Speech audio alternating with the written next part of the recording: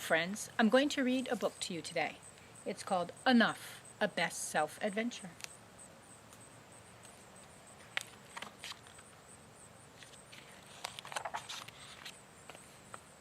The older woman approached the young boy. She had been sent by the teacher. "Please take him to the playground and let him run around," the teacher had requested. "He's being unruly, and he needs to get out his energy."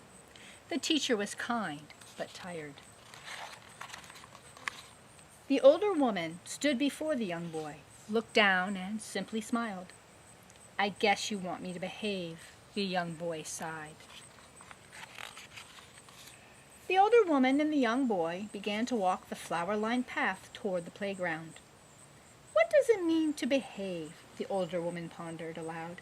"I think all you need to do is to try every day to be the best version of yourself." She smiled generously at the young boy. "What does that mean?" the young boy wondered. The older woman paused. She began to speak slowly, thinking as she talked. "Every day think, who am I right now? Be honest, that can be hard.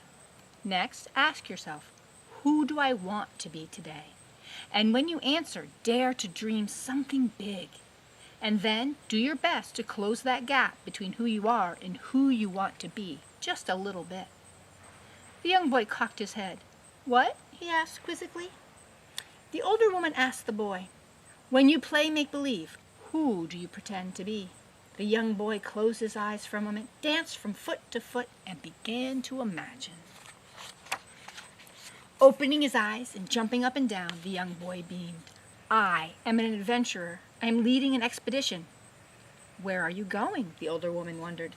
"To the ends of the earth to see and learn everything, and I will teach everyone on my expedition everything they need to know," the young boy exclaimed.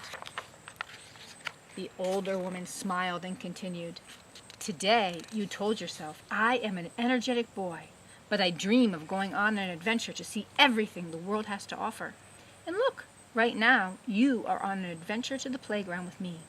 You are on an expedition to see this corner of the world."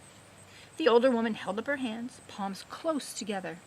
"You are closing the gap between who you are and who you want to be.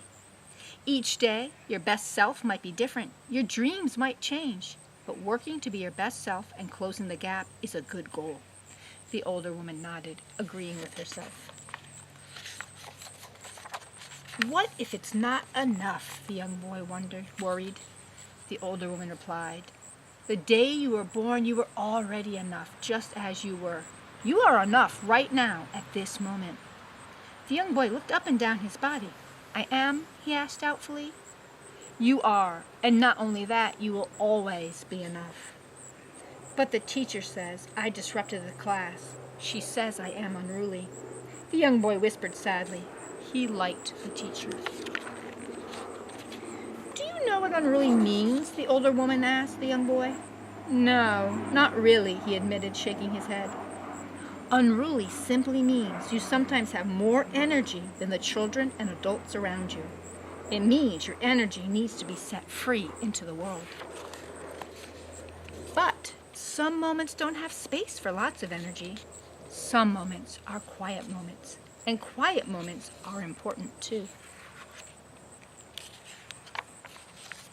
Even if you are unruly in a quiet moment, you are and will always be enough. And enough is a beautiful thing to be." The young boy stopped for a moment and looked at the older woman. "But if I'm already enough, how come I have to try to be my best self every day?"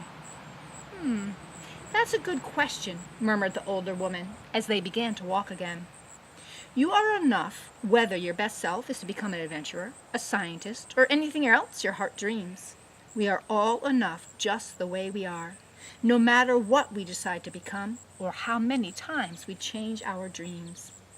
Being the best version of yourself that you are able to be at any moment is what allows your enoughness to shine. I think becoming a better version of ourselves every day is what makes life exciting." The older woman took a deep breath. They had walked a long way. They stopped at the entrance to the playground, and the older woman knelt down eye to eye with the young boy and stared straight into his eyes. "Your eyes are cloudy," the young boy marveled. "Is that how you can see inside me?" "Yes," the older woman replied, smiling. "Now, let's close that gap between who you are and the adventurer you want to be. Let's run to the end of the field and see what we find." "Okay," the young boy laughed, and he turned to run. The young boy ran as fast as the older woman's knees allowed, all the way to the end of the field where the butterfly garden began.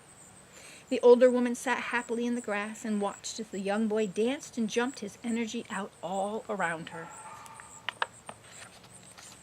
"Look," the young boy giggled, "a butterfly. He likes that tall pink flower. What is it?" The young boy stood still, not wanting to frighten the butterfly. "I hear some honeybees. Where are they?" He carefully darted his eyes here and there until he spotted one. His eyes opened wide. "There! Do you see it?" he whispered loudly. The older woman nodded, and together they watched the butterfly flit about from flower to flower and listened as they watched the honeybee collecting nectar.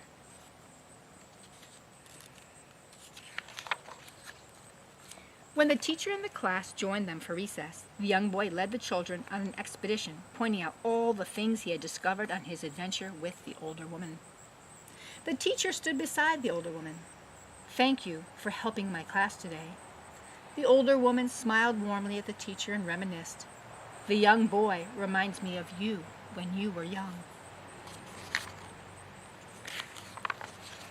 The teacher took the older woman's hand. "Thank you for teaching us both that we are enough just the way we are." The older woman replied, "Did you know that today the young boy's best self is an adventurer seeing the world?" The teacher smiled at the older woman. "I think maybe his best version of himself is right now, sharing with the other children all his energy and excitement about the things he learned on his adventure with you." The older woman and the teacher watched the children chasing butterflies, thinking their own thoughts, holding hands. They each felt quietly enough, comfortable being today's version of their best selves. The older woman thought out loud, "I wonder what wonderful version of themselves everyone will be tomorrow." The end. Thank you. Hi friends, I hope you enjoyed my story. And if you did and you want a copy of your own, ask your parents. They can find out how to order your own copy by looking in the description of the video. I hope you have a super fantabulous day. You can also order by using the QR code in these bookmarks I made. I'll zoom in for a closer look.